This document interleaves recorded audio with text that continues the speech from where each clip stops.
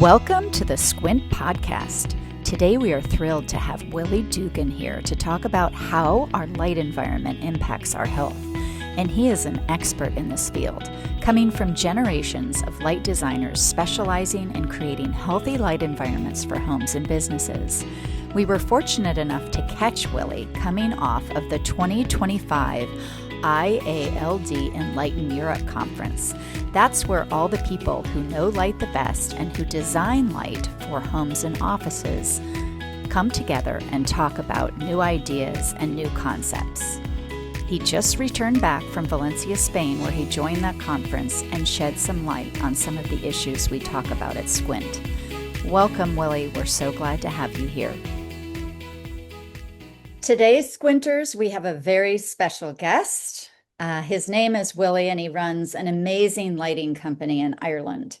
And he is going to help us do what we want to do most, which is get our light right.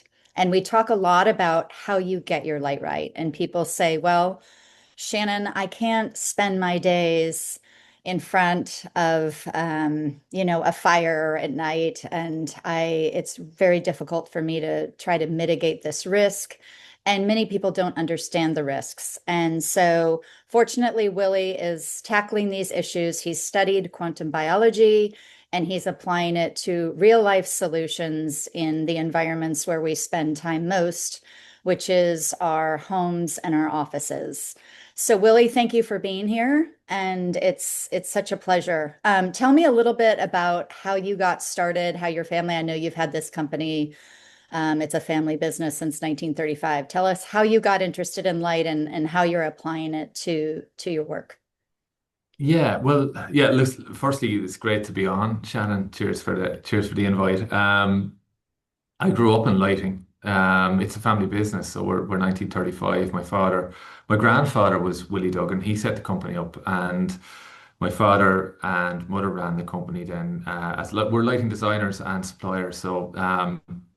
And then, look, I grew up in it, like wiring fittings and stacking bulbs and all of that, and sort of cursing and saying, I'll never get into this. I know this is what I do, but I love it. I love it now, and I love it since with that connection to like the more and more science and the more we, I suppose, get that message out there in terms of how foundational light is to our biology and all of nature's biology. Like it's beautiful that it's what I do and what I've grown up doing, So now today we're lighting this. We do a lot of education as well. We're lighting designers in terms of we design lighting sort of schemes for residential homeowners or for even hotels, office blocks, that type of thing. And then we do educational courses. Actually, we're going to be launching an educational course online soon. So yeah, it's just trying to get that. I think light is just massively. It's such impact, but it's so overlooked quite often. And for us, if we can increase awareness, then people will elevate light, in their mind. And it's And initially from an you were emotional. recently in Valencia, right? You wrote a paper for a conference. Yeah, so I presented at the International Association of Lighting Designers. It's called Enlighten Europe in Valencia in June actually this year. Yeah, so. Yeah, it was great. Like it was literally, I've been to so many lighting conferences and I go to a lot of lighting shows. So there's, lighting shows for product, there's numerous shows every year. And I haven't seen, just the awareness is poor in the lighting community, which is pretty crazy. Like they do talk about human-centric lighting, but I think at times it's not designed as well as it could be, and it's probably the bigger manufacturers are not looking at it like they should, and certainly in the light design community, like there's a big awareness of dark skies, which is really the effect that light is having on it has a huge impact on nature, ecosystems, on wildlife, and it's the same reason it has the same impact on us. It's just getting very unnatural, obviously much too much light at night for the likes of for numerous species in nature, and in the wrong type of light. So we're getting a lot of blue wavelengths, which is not you know we've evolved for 3.5 billion years, and it's only the last 150 years we have these type of environments. So it's affecting nature just like it is us. But I think in the lighting community, maybe the dark skies or the nature impact is probably more prominent than how it's So, affecting us, you know? so So what I do just in my house, my Yeah. residential house, is that I know I want to get my light right. I know that there's an incredibly negative impact of blue light after sunset. I know Yeah. that we get blue light in nature all day, that we're designed to be outside. And then at night, my goal is to mitigate this blue light. So how are you creating kind of human-centric design that aligns with my biology and my listeners' biology so that we can keep our bodies as healthy as possible, even into the evening when that's when we kind of need to turn the lights on? Yeah, well, look, it's all about timing. Everything's about timing, you know, and it's I suppose like the signals that we get through our eyes and even through our skin, it's designed to tell the body and tell all the clocks in our body what time of the day it is. So it's really about having the right light at the right time. I'm actually designing I'm in the final stages of moving into my home. We've been designing what we are calling a healthy lighting home Mm. for the last, 9 months, nearly to a year. And I suppose the principles I've looked at for my home is firstly daylight. Like we've used a lot of, we've a lot of windows and sort of orientated the windows towards, so that they're openable for sunrise and sunset and that type of thing. But then in the evening, I think that the key thing is just trying to mitigate that blue light. So what we have is LED is a particularly rich blue light source. White light obviously is made up, well, it's made up of all the colors of the rainbow, from red to blue. And we also have invisible type. In daylight, we have, ultraviolet, which is invisible, and infrared. And these are both very healthy for us as well. So I suppose that's our approach during the day is just trying to get as much daylight as possible, openable windows, lots of daylight and Just spaces where we full spend spectrum light, like full kind of spectrum. And not it's hacking not, your light, just getting all the full spectrum, which is the visible light yeah, spectrum, the yeah, red, orange, green, blue, indigo, violet, really. as But well and as the like blue, UV. none of them are bad. Like Right. blue is really positive at the right time, Yes. and it's just that we're getting it at the wrong time. And so during the day, we need a lot of light. So if just to explain, on a sunny summer's day, so lux is the unit of brightness. So the higher the number, obviously, the brighter it is. You're 100,000 lux on a sunny summer's day, and then you're down to on a moonlit night, 0.001 of a lux. So it's huge, huge variations. Whereas in our interior spaces now, we're under like 300 lux all the time. And 300 lux is equivalent to twilight. So it's sort of like we're living under, if you're in an office all day, you're under 300 lux, particularly in the winter here I'm in Ireland. We've very dark winter's evenings and short days, and you could be under 300 lux all day. And then in the evening, so it's not bright enough during the day. You need the high light levels during the day. So that's why getting out is so important. But also it's too bright in the evenings. So we would never have had that type of level in the evening. So maybe it's not 300 lux, but it's 50 lux in it, but it's a hell of a lot brighter than we would have had.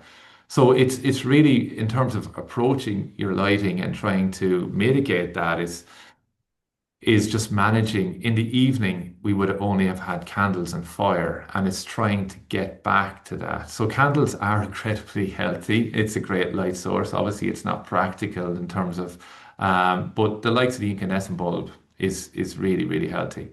But a lot of, particularly in Europe, and I think it's the same in the States, the LED or the incandescent has been banned, so we're trying to work with LED.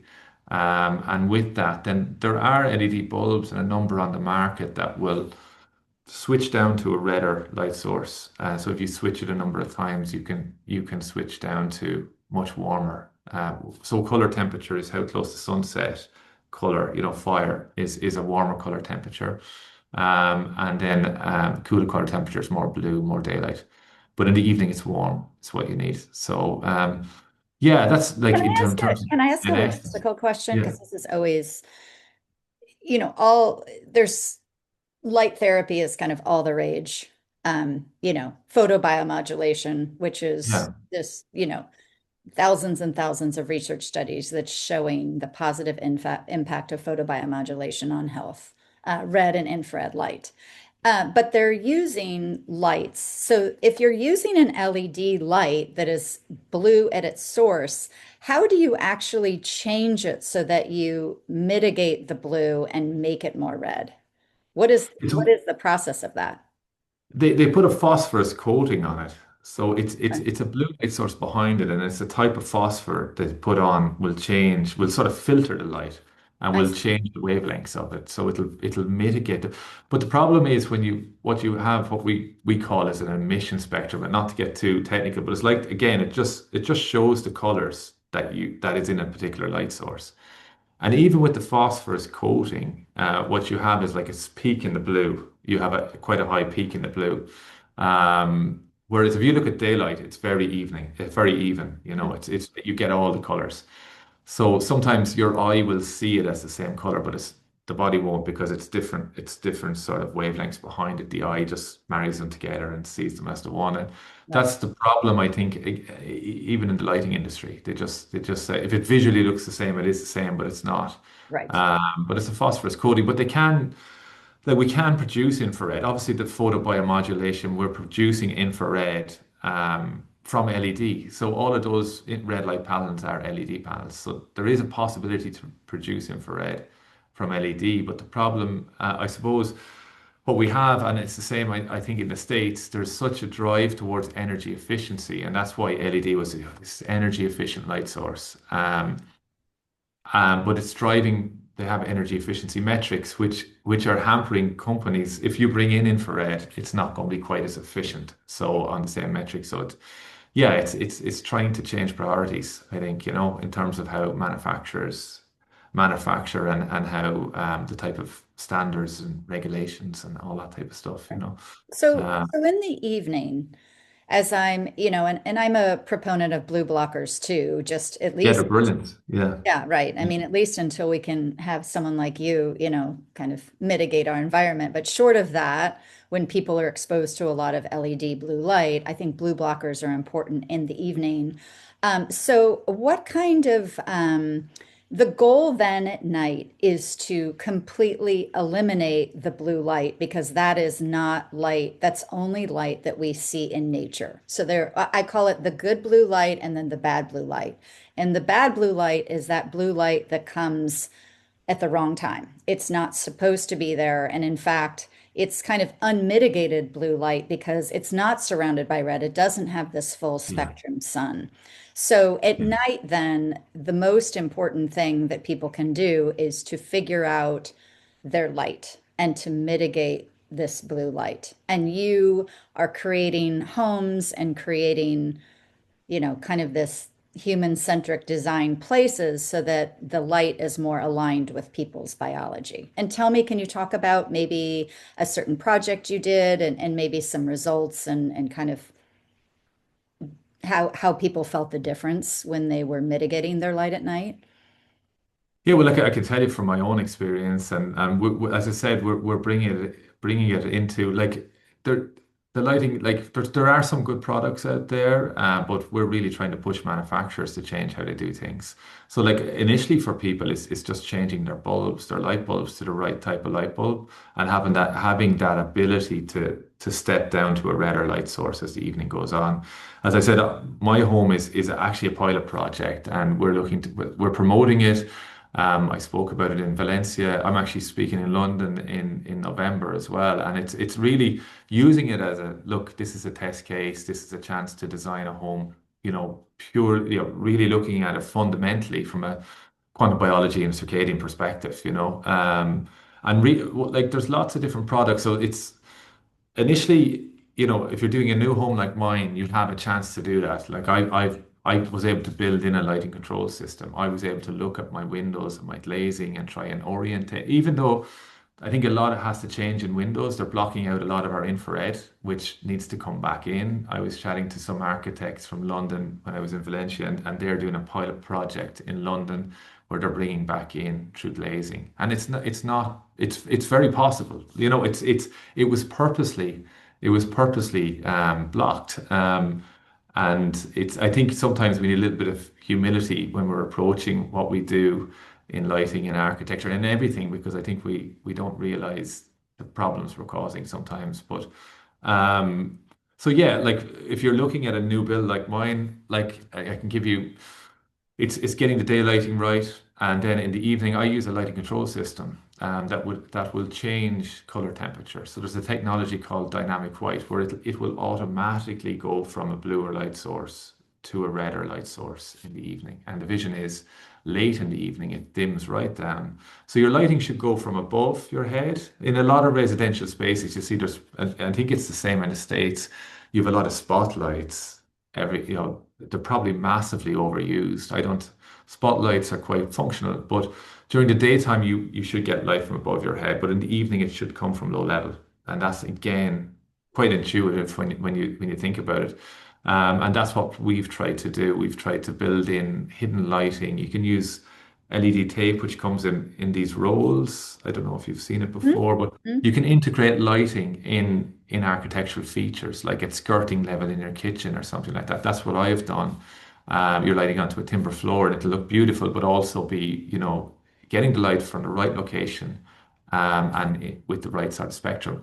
So it's trying to build in those type of things into the space that it automatically changes, and that technology is here right now. Um, so it's all very possible, but I just think that, and I just think there probably hasn't been the focus there should be on it. Like residential homes are where we spend the vast majority of our time, and they're at really important times of the day, sunset, sunrise, and nighttime. And then I suppose finally, and you've probably talked about this a good lot, Shannon, but like let's say you just need a really dark bedroom, blackout blinds. There's loads of research of, even a lux, tiny amounts of light at nighttime can have a big impact. Your eye becomes much more sensitive in the evening than it would be during the day. So yeah, that's what I suppose a quick summary of maybe Mhm. how I approached it. Right. I So, certainly found we have a young baby. We have a 9-month-old baby. He's nearly 10 months old now. And congratulations. we've been using a red light. I don't know if you've seen the block blue light have these little clip-on red lights. Yes. And red light is absolutely amazing at nighttime because it just does not have any impact. So my wife is breastfed right through, and I've slept really, really well. So That's it's amazing. even from that perspective, it's just so practical. Yes, that's amazing. Now, Yeah. I do have a question. So just to review, so if if you live in the United States, you're not building a new home. You don't have access to Willie, you're not kind of starting from scratch with an architect and kind of creating this human-centric designed home. That's the ideal.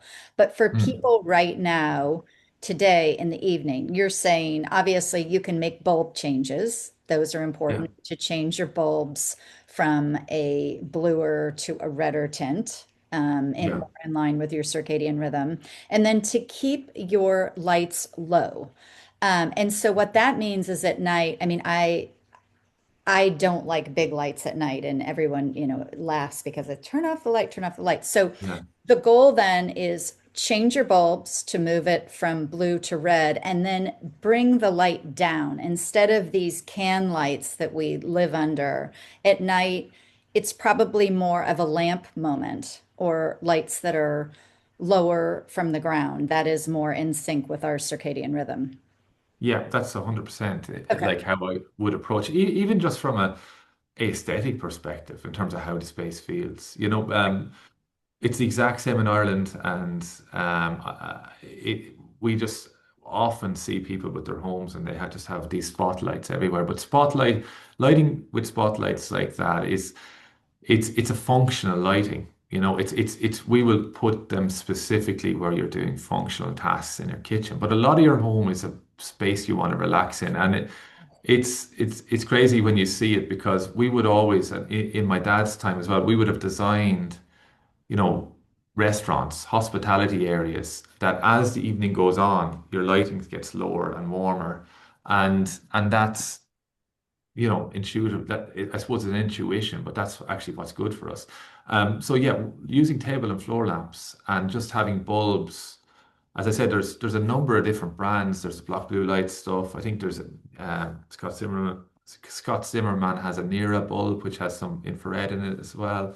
Hmm. And there's a number of different bulbs that you can switch them a number of times and they'll change color temperature. And yeah, so then you have this really warm sort of candle light, but at a lower level. And it's giving you nice light onto your ceiling then, and you're getting sort of indirect lighting, but it's coming from lower. So it's much more comfortable, much more relaxing, but it's much better for you. Yeah, and I think that's an easy one. You know, That's an it's just easy changing one. your bulbs and it's just being careful and I suppose educated enough to ask the questions and choose the right type of bulb, you know. Right? That's amazing. Yeah. Now, I do have one question because this comes up more as it relates to red light therapy. Tell me, I call it flicker. I think you call it glare. But what is the impact of that flicker of light on our health? I know that it can. You've Yeah, talked well you about glare, and flicker. your sister has talked about glare before. Yeah, well, there's two things. There's flicker and there's glare, right? So Right. glare is something that appears really, really bright in your eye line. So it's like, you know, when you're driving in a car and you've got these headlights and it's just like, you know, it's quite difficult to see on a very dark night. That's glare. Like it's just a really intense light source. So you can get that because LED is it's quite an intense direct light source. Unlike, let's say, your incandescent, where it scatters light everywhere. It's going to be much less intense, whereas LED is quite intense. And you'll see a lot of the time for these spotlights in the ceiling, there's the light source sits at the front, and those type of you just see like a pan, like a circle, an illuminated circle on the ceiling. They're Yes. quite glary. They're quite uncomfortable because it's the brightest point in your eye is sort of drawn to the brightest point.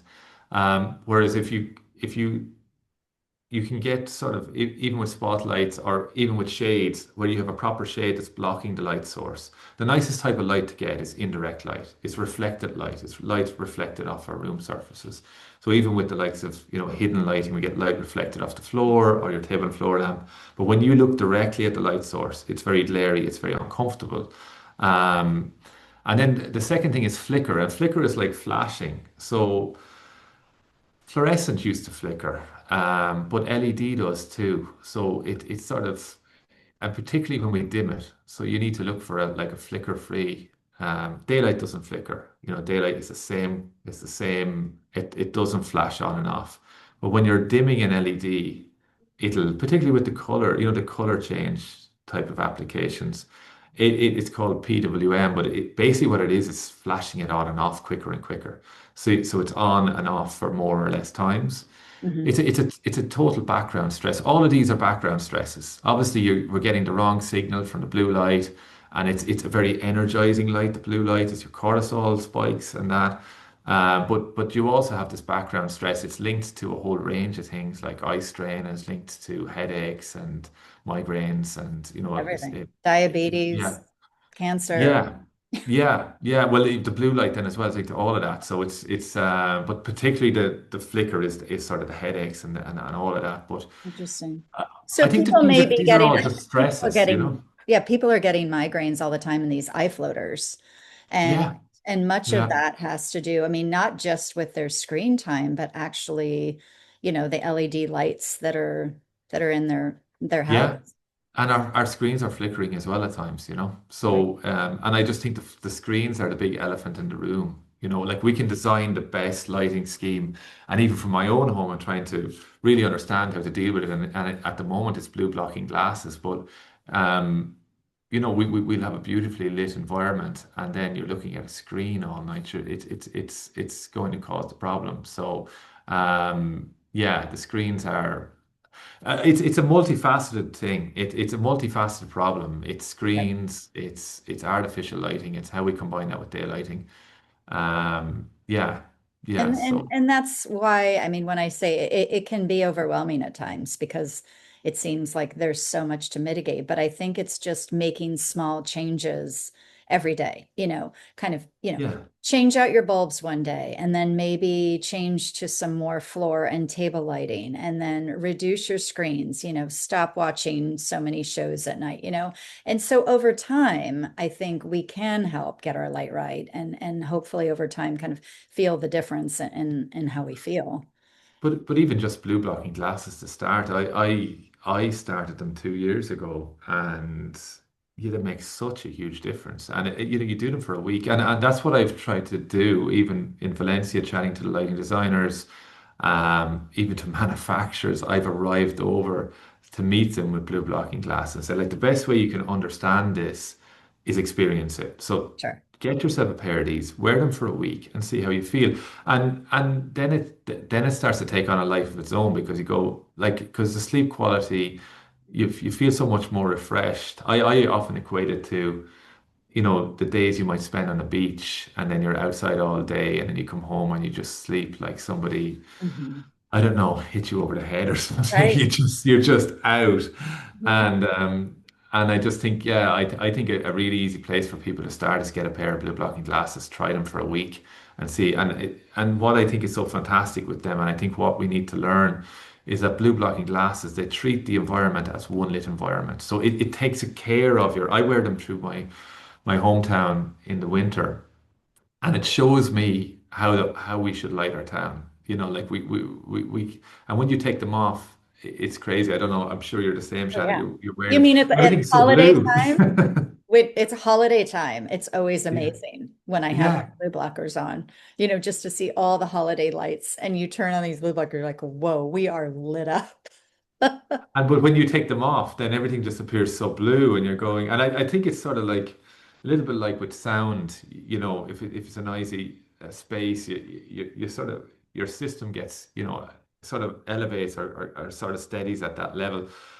Whereas I think, unle- yeah, you just get accustomed to blue light, and don't realize. I think there's a lot to be said for in the morning, if you don't look at your phone the first thing. Just get up out of bed, Yes. open the window, or walk outside. But if you're present, it's a completely different feeling. Like, it's a completely chalk and cheese feeling. And I do think once people start to, get little sort of insights like that, it's easy to make the rest of the changes. And I don't think they're difficult. Like changing out your bulbs, that's not difficult. It's just understanding what type of bulbs to buy, and they're not expensive.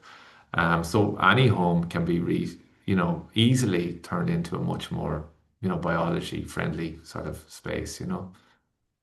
It's amazing. It's amazing. And I think the research is incredible too. Just the effect of that, morning light and not looking at your phone first and getting that natural light. And in fact, a lot of photoreceptor repair happens in that sunlight. So, we might have not done our best the evening before, but we can actually kind of reset and regroup the photoreceptors in our eyes by kind of getting on track. And so it's this constant, we are circadian beings. I mean, it's how we're coherent. And so we can constantly kind of, tweak with our environment. And what it means is, doing what you're talking about at night, but also just spending a lot of daylight, time Yeah. outside. And a But I hundred just think, thousand lux, that's a lot of, well, it is like when you, like, it's even, I test it with students here sometimes. I just walk outside and test it and go with, like, and the eye is so adaptable. The eye is the cameras can't struggle to do what the eye can do. But yeah, and I just think the body is just, yeah, I'm in awe of the body. The more I learn, the more I realize how intelligent it is, especially when you consider the world we live in these days, and the different sort of stresses that we're putting on the body, and how resilient it is.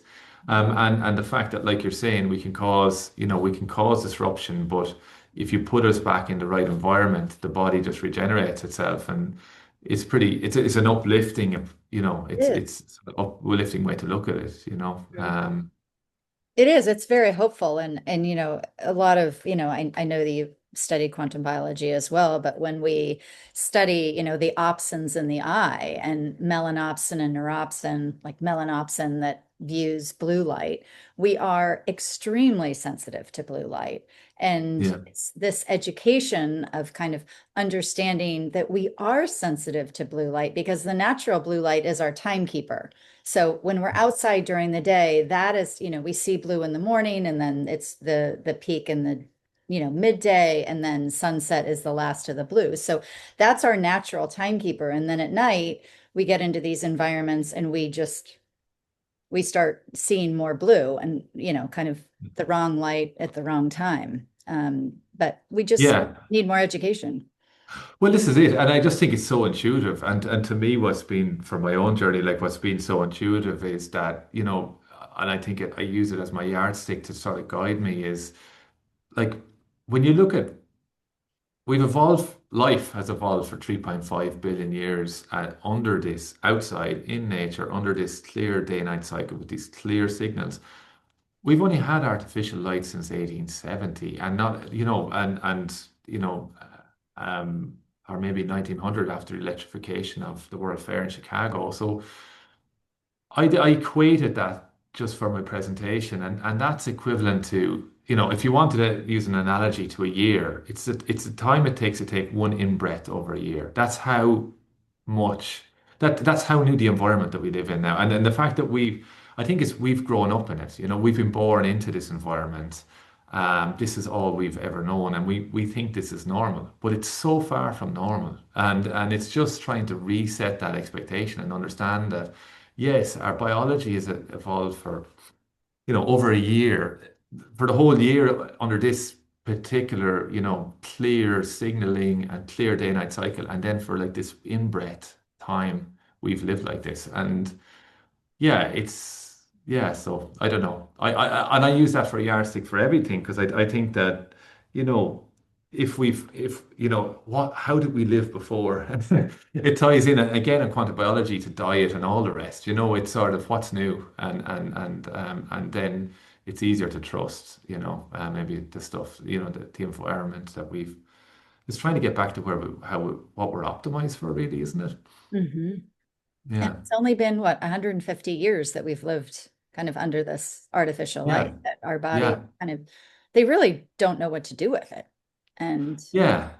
It was putting and into and we're harm's working way. hard. We're working hard, but diseases, disease rates are through the roof. Obesity is through the roof, Mm. and diabetes and all these things. And as I'm learning, and as I'm sure you have too, is that these diseases are diseases of light. They're not diseases of food. They're not a Yeah. workout gone bad or a diet that doesn't work. It's a light environment that's gone to a Completely.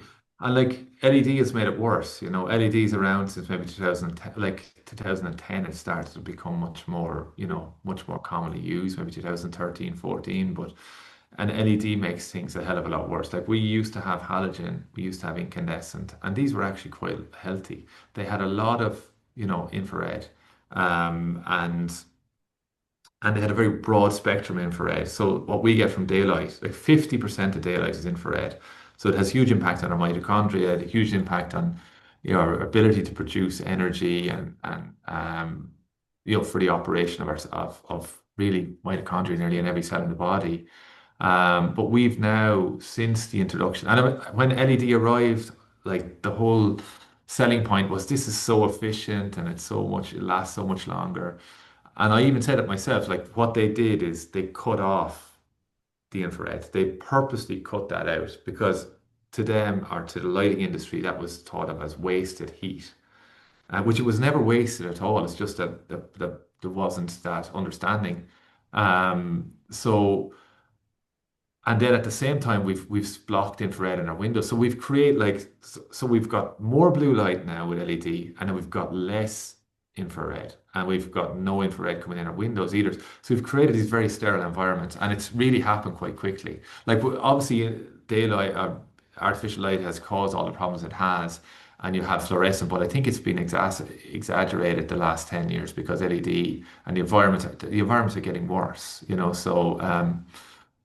Yeah, it's trying to get that understanding out there, isn't it? I mean, our bulbs are lasting longer, but we're lasting shorter, right? I mean, Yeah, there's a price. it's crazy. Like we're creating all these really like we're like the whole thing, and it's well-meaning. It's Sure. like let's save the planet, and Of and course. I think that's so important. We need to live sustainably, and that's really important. But Right. it's just there needs to be balance to that conversation. If we keep driving, and what we're doing is we're driving this real huge efficiency. But we're lighting everywhere, like everywhere, Right. all the time. So it's just light pollution everywhere. So I don't know if it's making a huge difference, Right. but yeah, it's mad. But I Yeah. think it's We need yeah, fewer lights, make them efficient but healthy for our, for our biology. It seems Well, like there's a if we had win a hell of a lot, somewhere. what's that? There's got to be a win-win somewhere, right? Oh, there's total win-win. And I think, yeah, I think it's not a difficult problem. I've talked to people in the dark skies world, and they say, look, it's not a difficult problem, really, if we can get the awareness out there. We just need to turn off the lights. You know, it's just Right. like it's simpler than other problems to solve. We just need to Right. turn them off. Right. And so but it's the awareness thing. I think people need Yes. to understand. And we've just become so accustomed to it, and it's convenience, and it's all the rest. But yeah, no, it's definitely just less light, I think. Yes. Well, thank you so much. I've learned a ton from you, and I think what you're doing is incredible. And I think if you can kind of continue focusing on the manufacturers and distributors of light, and so that people on the back end can kind of enjoy lighting that is, more gentle on our biology, and I think we can really have some incredible success in health outcomes and see some big changes. No, no, cheers, Shannon. And same to you. Well done on the podcast and just getting that message out there, because I think it's just, yeah, it's education is everything, and for me, because when I'm in lighting, and I'm in lighting design, and it's nearly like I'm giving out about artificial light all the time. It's like, am I in the wrong industry or something like that? Or is it a really bad business plan or something?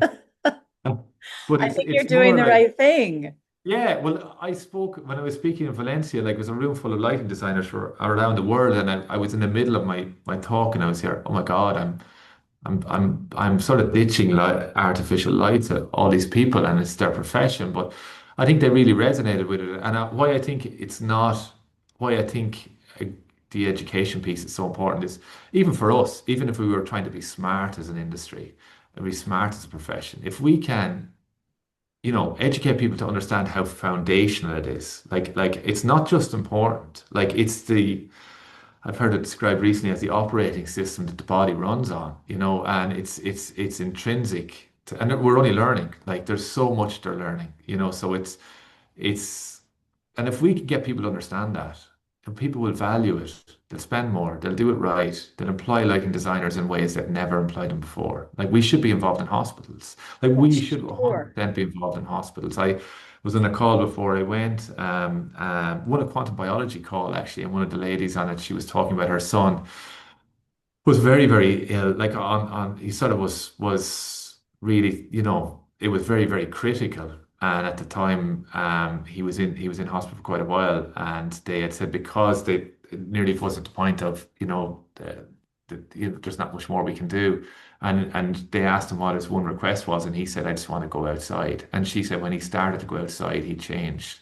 And she could visibly see, and she thinks that what turned it was going outside and was getting into natural daylight. And it really, she was quite emotional about the fact that we need to be designing hospitals. I talked to a number of different lighting designers that are designing hospitals and care homes and are starting to look at it, but it's crazy. Like, hospitals are so badly designed. They're all, very blue light, and it's yeah, they're probably the worst circadian places you could be in. They're the worst. I mean, Yeah, honestly, compounding the light with all the screens. I mean, doctors don't talk to you anymore, right? All the nurses, I mean, it's just yes, that's all they yeah, do now. I mean, we've yeah. completely, And there's no darkness at all. Like, you have no, light all night long. it's the So worst place to sleep, which is the most restorative thing you can do to get better, but yeah, it's the absolute worst yeah. place to sleep. No, it's back to front, even with the food sometimes. But anyway, Oh, yeah. And that's then another story. they give you sugar and processed food, right? Get Yeah, better. yeah. Yeah, this is it, and just really poor quality. But It's no, the it's like, I think there used to be solariums down back in the 1900s, which were, they were using sun to recover. We just need to relearn what we've forgotten, I They think, used to have sun decks at hospitals. I mean, Yes, see these yes, old photos. They used to put people outside and they yeah, understood yeah. the power of light and healing. And now it's just more inside time, more screens, more lights. Well, what's so fantastic without holding you to it, is that it's so like the solution to this problem. You don't have it's not a pill. It's something you just need to walk outside. Like it's so accessible for people, and it's so empowering. I think you're not reliant on doctors are fantastic and they do such many great things, but there's a lot that you can do yourself. Exactly. Exactly. Well, thank you so much for all you're doing. Yeah. It's amazing. And I hope I can get to Ireland again. I will look you up. And Yeah, brilliant. Yeah, call into us in Kilkenny. yes, I love the West Coast and I have to see it again because it filled me up. It was so, so great and so natural and so incredible. So we'll keep doing what you're doing. And if you come to the States, please look me up and I'll show you San Diego. I'd love to see it. Yeah, All I've right. heard a lot of great things. Wonderful. Okay. Thank you so much, Willie. Take care. Cheers, Shannon. Thanks. Okay. Bye-bye.